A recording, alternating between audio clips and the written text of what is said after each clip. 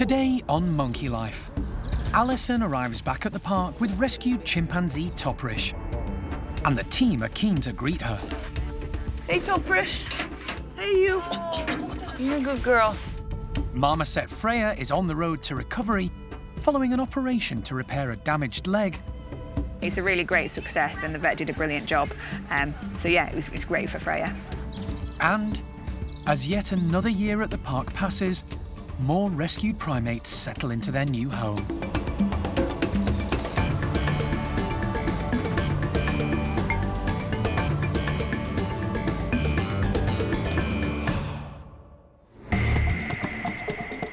Monkey World in Dorset, buried deep in the English countryside, is the largest sanctuary of its kind on the planet.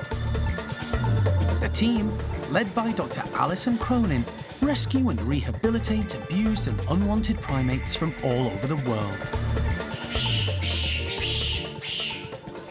Got one. The park provides a home for more than 250 monkeys and apes from 22 different species.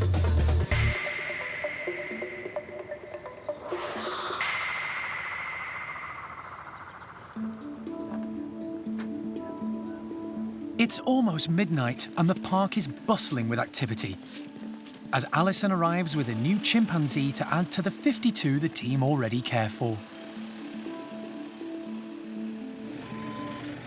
Young female Toprish has been travelling for almost 24 hours since leaving Faruk Yalçın Zoo in Turkey, accompanied by Alison and wildlife vet John Lewis.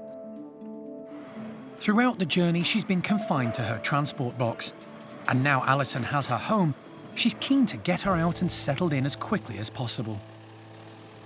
It's been a long trip home just because we had to get to the airport in Istanbul so early this morning in order to process the papers. So by the time we get her unloaded, it's going to be 24 hours. Toprish will eventually be joining Paddy's group at the pavilions. It's currently undergoing a major refurbishment, in part to accommodate such new arrivals. Okay, let's bolt her on and get her out. The new chimp will be given plenty of time to settle in and adjust to her new surroundings, and all the new faces that come with it. Hey, Toprish. Hey, you. You're a good girl. The majority of the team who will care for her have come in to get a look at the new arrival. It's very exciting, as the last chimp rescue was Kiki, who arrived from Lebanon almost 8 years ago. With the transport box in position, the slide can be opened to allow Toprish into her new home. Good girl. Come on in. Come on in. Okay, you can drop slides and close doors. She makes her presence known by hooting.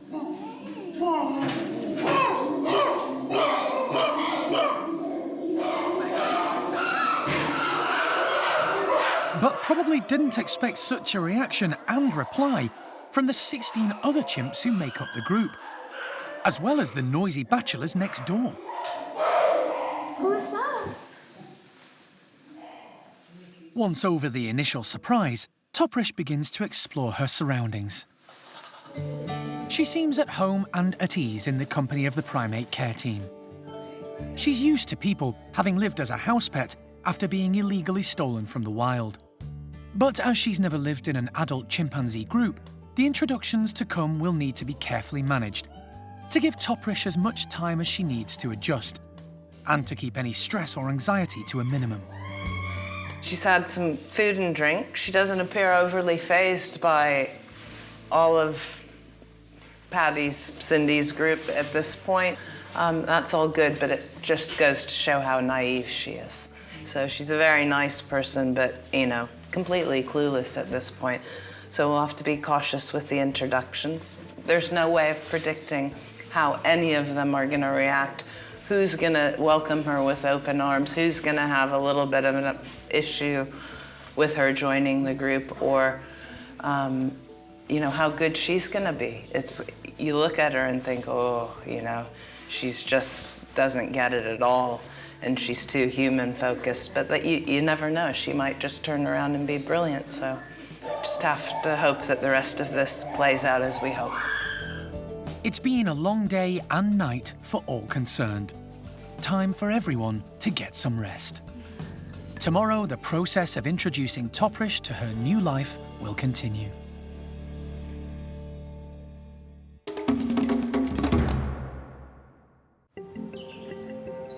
It's been a busy and interesting year at the park's new Loris complex, and it's showing no sign of slowing down.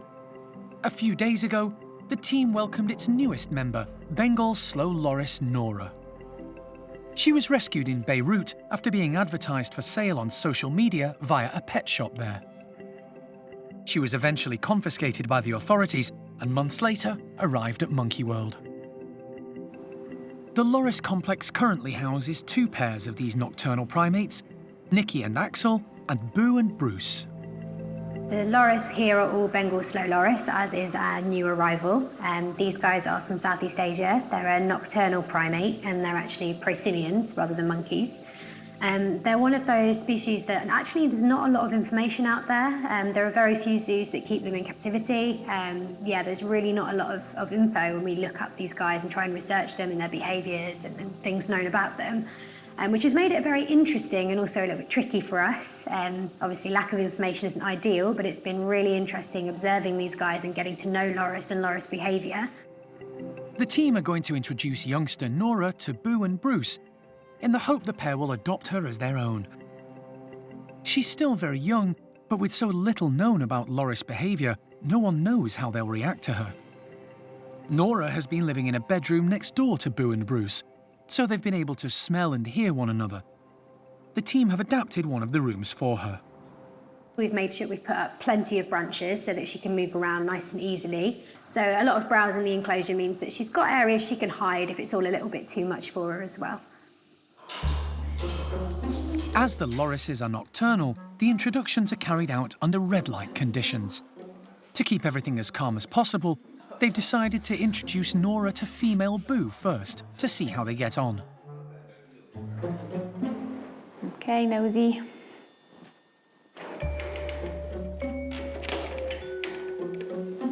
With the slide open, an inquisitive Boo makes her way through.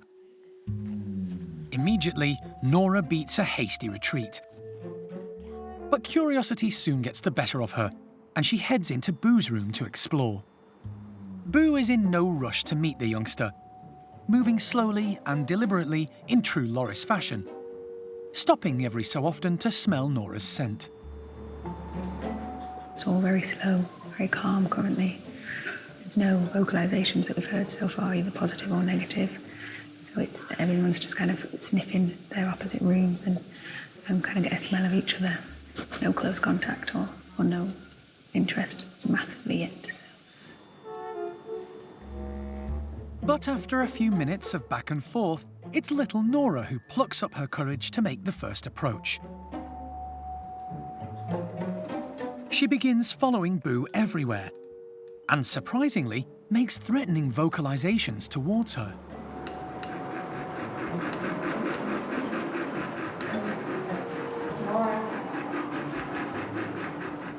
Boo is wary and keeps her distance.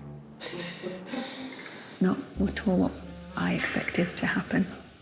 I really didn't think it would be Nora that was making the vocalizations first, but it may be nerves, it may be she's just not quite happy with the situation, but she's the one that's approaching Boo, so it's a little bit confusing at the minute, so we'll just wait and see.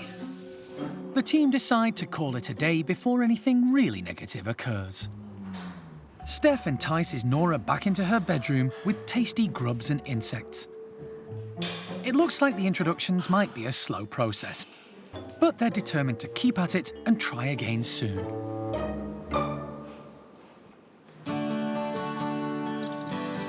A few weeks ago, one of the park's newest arrivals, Jeffroy's marmoset Freya, injured herself, possibly as the result of a fall. The local vet was called, and after an examination and X-ray, discovered she had a dislocated ankle and fractured hock joint. Vet Thazar managed to stitch everything back together, but it was touch and go if the leg would heal. Freya was put on cage rest away from the distraction of other marmosets, and now she's on the mend. Really great news for Freya because she's using that leg and it's coming back to full strength again. So it's a really great success and the vet did a brilliant job. So yeah, it's great for Freya. Her recovery has gone so well, she's now been reunited with her housemates. Fred, who, like Freya, is one of only 4 Jeffroy's marmosets at the park, and Sammy, an elderly common marmoset. This established pair have been together for a few years, and are no strangers to welcoming new arrivals. Really, really nice, happy pair. They've actually helped rear youngsters that have been brought in and rescued into the park. So they actually reared Leo when he was healthy enough to be put with other marmosets. They helped rear him. And then they also looked after Luna as well when she first came in. Back together in their spacious outdoor enclosure, the trio are getting on really well. Freya is especially fond of Sammy, spending a lot of time by her side. At first, Fred, used to having Sammy all to himself, occasionally got a little miffed that he didn't have her full attention. But now he's also enjoying Freya's company too. Considering the damage to her leg, Freya is moving around the enclosure remarkably well.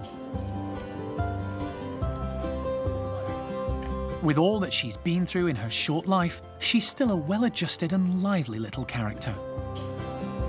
Freya she's quite chilled out really. She's really quite placid. A lot of marmosets that come into us at Monkey World haven't lived with marmosets before, and you can tell that in their behaviour. They don't know how to react to others, whereas Freya must have lived with marmosets because she understands everything that's happening. She understands their behaviours, but she doesn't overreact to anything.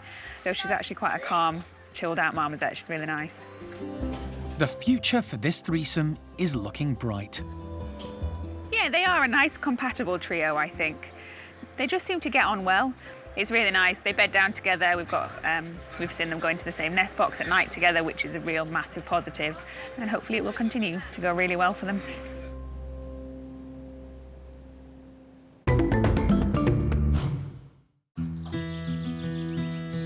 It's been quite a year for the park's 3 woolly monkey groups. Following a major reshuffle in which 14 of the 19 either moved or swapped groups, they've all settled down and life is pretty harmonious.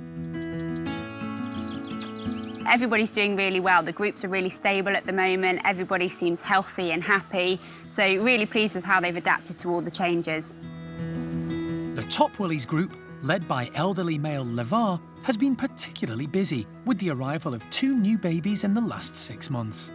First, experienced mum Zingu gave birth to Layla, and just a couple of months ago, first-time mum Ava produced her own little bundle of joy, a male named Lemmy by the team, following the park's tradition of using the first letter of the father's name. He's doing fantastically well. Ava has surprised us all, to be honest. She's taken to motherhood really, really well. We were all a little bit nervous at the beginning to see how she'd cope and if she'd do all the right things, but we are super proud of her. And he's really bright-eyed, he's really curious, he's starting to try and reach out and touch things, so both of them are doing fantastic. While Ava is understandably very protective of her first child, 13-year-old mum Zingu is more relaxed when it comes to her daughter Layla. The difference between Layla and Lemmy you can really see because Zingu's just let Layla get on and do what she wants from day one. She is a very caring and protective mum, so she's always keeping a close eye on her little one, but she just lets her get off, have a run around, interact with the other individuals in the group, which she was doing at really early stage, even a couple of months old, she was already off exploring. So yeah, you can just see the difference in the 2 little ones from the early stages really, but as I say, hopefully Lemmy will soon find his feet and Ava will relax into motherhood. One youngster who didn't have the benefit of a devoted mother is Cosmo. He was rejected by first-time mum Isla and hand-reared by the staff. At 6 months old, he was integrated into Levar's group, where he's thrived. But he did take his time summoning up the courage to venture into the caged outdoor enclosure. Cosmo's also doing fantastically well. He's grown into a really strong, confident young man now, and he's got the whole going inside and outside down now. He's enjoying the outside, all the sunshine, the nicer weather, interacting with everybody in the group really, really well. So we're hoping that it won't be too long before we can actually let him go into our big forest enclosure and explore everything that that has to offer and all the big high trees as well. With more than half the world's captive population of woolly monkeys resident at the park, it's hoped the three groups will continue to flourish.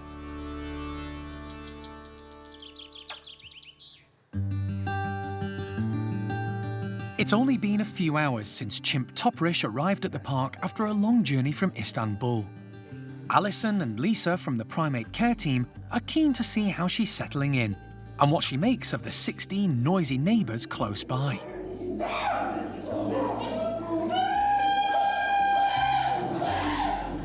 Good mornings. So chill. Good mornings. Good girl. Toprish seems unfazed by her new home and housemates, although it will be a while before she has any physical contact with any of the chimps. She's just a lovely lady and sort of bomb-proof at the moment. I'm hoping this sticks... Am I getting a laugh out of you? I'm hoping this carries on when she meets the other chimps and that her optimistic and blasé attitude about life carries on once she starts meeting chimps, because they can be a bit full on. And I'd like to get her out of the bedrooms, but we have to begin the introduction process first. So early days, but I'm hopeful that she's going to be a really nice addition to a group that's really sort of getting old and getting quiet and sedate, and I'm hoping that she's going to bring a breath of fresh air into that group. Aren't you? Alison and the team don't normally physically interact so much with the park's chimps, but Toprish is humanised after spending years living as a house pet, and the team don't want to make a drastic change to her routine just yet. This is a completely brand new experience for her. It's not like anything she's had before. She's not been around anywhere near as many chimps as this before. She's not heard as many chimps to this. Obviously, the facilities itself is different, and just moving facility can be a big thing for any animal of any background. We just want to make sure that everything remains nice and positive for her, and she realises this is her home. She can be nice and settled here. So it's important that we make sure that she stays comfortable and she realises that she can relax here and just completely be herself. To reassure Toprish and gain her trust, Jeremy is paying her a visit. Good mornings. Hello, Toprish. Who are you? Good girl. She's pleased to meet him. Loose now. Come on. Loose now. Oi. You have to give a bit. You have to give a bit as well. Oh, is that it? All right.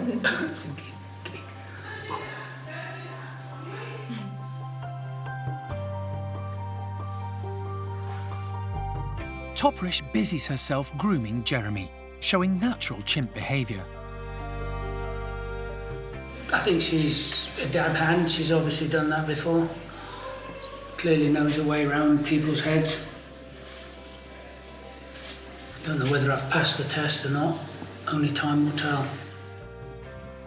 Obviously, we want her to be a chimp, and that's the main aim of her coming here, is we want her to act like a chimpanzee and be in one of our groups and be one of the family in there. But we need to make sure we've got a relationship with her. Any chimp in captivity doesn't work if you haven't got a relationship with the chimps.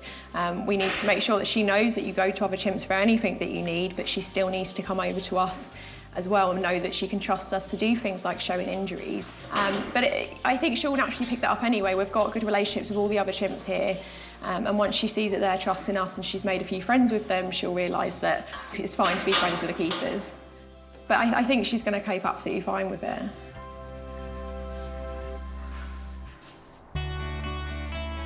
Chimp Toprish may be the latest arrival, but she isn't the only one to have found a home at the park this year.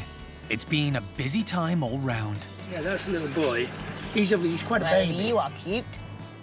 The small monkey team had the most newbies to accommodate, with 2 more marmoset refugees from the British pet trade needing help. Hi, little girl. Common marmoset Amy moved in with ready-made family Milo, Clydie and Caesar. And Alison rescued Jeffroy's marmoset Freya, who was found climbing scaffolding on a block of flats in London. Hello, missus. Oh, good girl. Hello. The squirrel monkeys also welcomed 4 newcomers. Logan, Lucille and Lopez were rescued by Jeremy from appalling conditions in Somerset.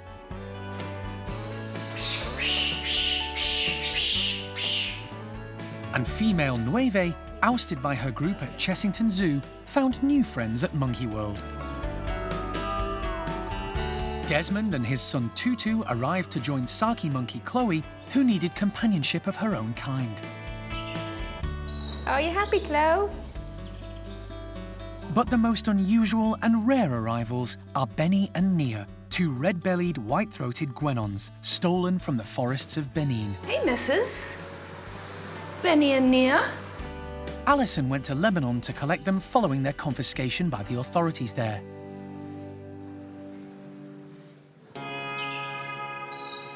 Sadly, along with the thrill of new arrivals came the sadness of departures, including young chimp Ben. Born at the park and with the potential to be a leader in the future, his death came as a real shock. The team also said goodbye to Capuchin Tao. Rescued from the pet trade in a very poor state, he had 7 happy years before his condition deteriorated. It's time to call it a day, but it's not right. But perhaps the most overwhelming loss this year was Chimp Sally, What's that? matriarch of the chimp nursery. Never mind me. That looked shameless. She spent 25 years here and was an iconic character, and a close friend to Jeremy, who will miss her most of all. You've got your work cut out there, Sal. But life at the park goes on, and there was lots of fun for its residents.